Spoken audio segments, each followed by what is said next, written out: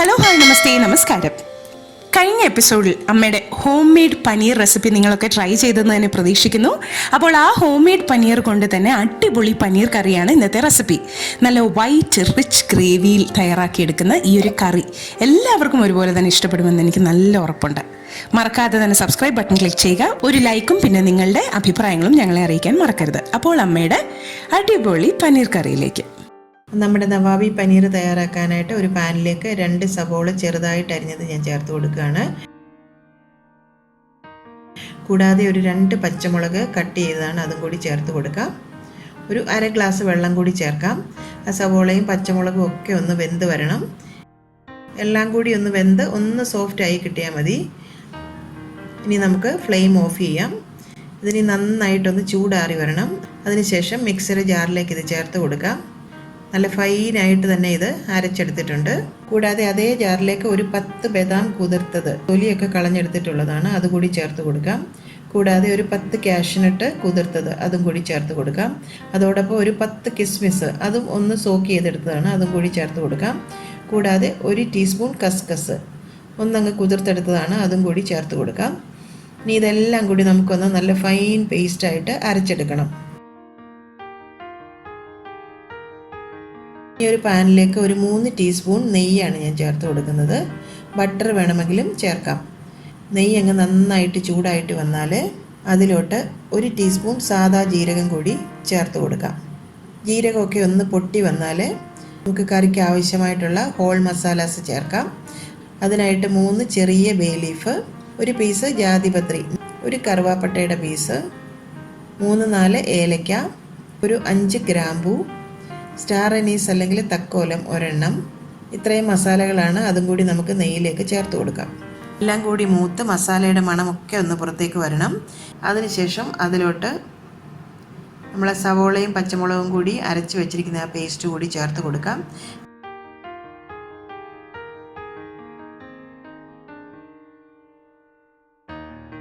എല്ലാം കൂടി നന്നായിട്ട് വഴണ്ട് വരണം. ഉള്ളിയുടെ പച്ചമണമൊക്കെ നന്നായിട്ട് മാറി വരണം. ഒരു 2-3 മിനിറ്റ് ഒന്ന് വഴറ്റിയെടുക്കണം.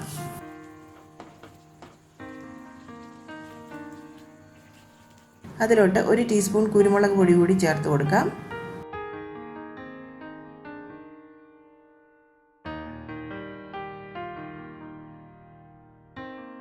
കൂടാതെ ആ കാഷ്യൂവിൻ്റെയും ബദാമിൻ്റെയും പേസ്റ്റും കൂടി അങ്ങ് ചേർത്ത് കൊടുക്കാം.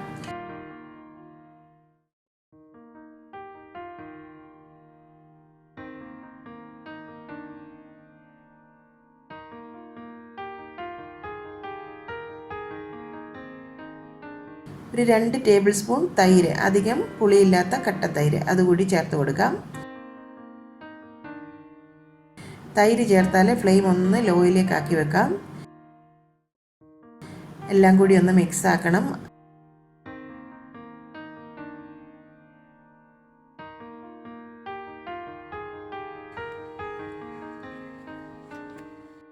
കൂടാതെ ഒരു 2 ടീസ്പൂൺ ജിഞ്ചർ ഗാർലിക് പേസ്റ്റ് കൂടി ചേർത്ത് കൊടുക്കണം. ഇത് ശരിക്കും മസാലകൾ മൂത്ത് കഴിയുമ്പോൾ ചേർക്കേണ്ടതായിരുന്നു. ഞാനത് വിട്ടുപോയതാണ് ഇൻഗ്രീഡിയൻറ്റ് ചേർക്കാനായിട്ട്. അതുകൊണ്ട് തന്നെ ഇപ്പോൾ ഈ സമയത്ത് ചേർക്കുമ്പോൾ അതിൻ്റെ ഒരു പച്ചമണം വരുമല്ലോ.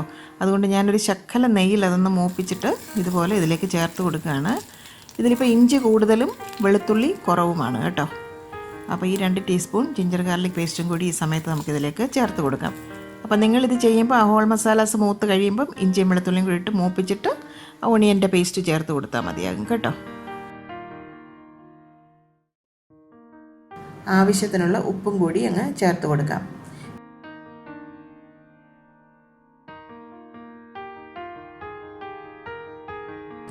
ഇനി ഒരു 200 ml ഫ്രഷ് മിൽക്ക് അതും കൂടി ചേർത്ത് കൊടുക്കാം.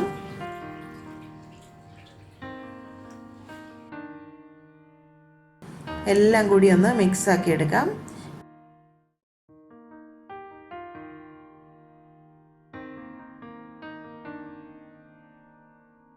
ഗ്രേവിയൊക്കെ ഒന്നങ്ങ് തിളച്ച് വന്നു കഴിഞ്ഞാൽ അതിലോട്ട് ഇതുപോലെയുള്ള ഒരു 15 പീസ് ഹോം മെയ്ഡ് പനീറാണ് ഞാൻ ചേർക്കുന്നത്. അപ്പോൾ ഹോം മെയ്ഡ് പനീറിൻ്റെ റെസിപ്പി കാണാത്തവരെ ചാനലിൽ പോയി ഒന്ന് കണ്ടു നോക്കണം. നേരത്തെ തന്നെ ഞാനത് അപ്ലോഡ് ചെയ്തിട്ടുണ്ട്. അപ്പോൾ എല്ലാം കൂടി ഇനി അതൊന്ന് തിളച്ച് വരട്ടെ. പനീറിൻ്റെ കഷ്ണങ്ങളൊക്കെ ഒന്ന് സോഫ്റ്റായി വരണം. ഒരു 2-3 മിനിറ്റ് ഒന്ന് തിളയ്ക്കണം.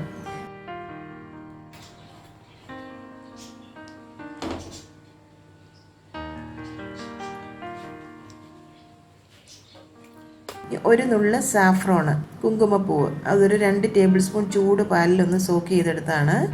അതും കൂടി ഇതിലേക്ക് ചേർത്ത് കൊടുക്കാം. ഈ ഒരു സമയത്ത് സാഫ്രോൺ ചേർക്കുമ്പോൾ നല്ലൊരു ഫ്ലേവർ കിട്ടും കേട്ടോ. ഇതൊരു റിച്ച് ആയിട്ടുള്ള ഒരു കറിയാണ്.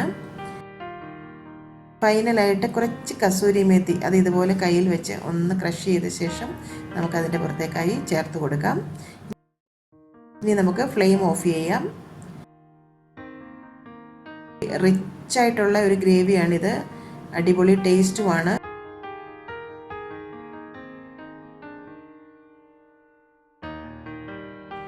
നവാബി പനീർ റെഡി ആയിട്ടുണ്ട്.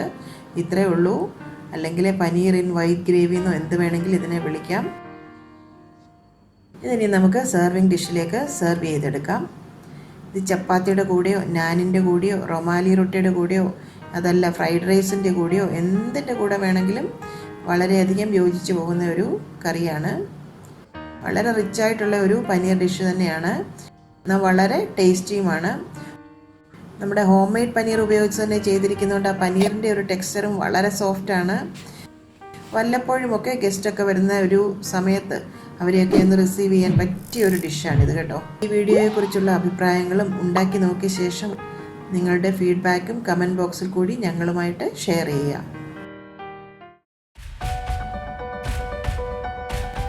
അപ്പോൾ ഇന്നത്തെ റെസിപ്പി നിങ്ങളെല്ലാവരും കണ്ടു, ഇഷ്ടമായെന്ന് തന്നെ വിശ്വസിക്കുന്നു. ഇഷ്ടമായെങ്കിൽ ഇപ്പോൾ തന്നെ ആ ലൈക്ക് ബട്ടൺ ഒന്ന് ക്ലിക്ക് ചെയ്യുക. അപ്പോൾ മറ്റൊരു റെസിപ്പിയുമായി അമ്മ ഉടനെ തന്നെ വരും. അതുവരേക്കും നന്ദി, ടാറ്റ, ഗുഡ് ബൈ.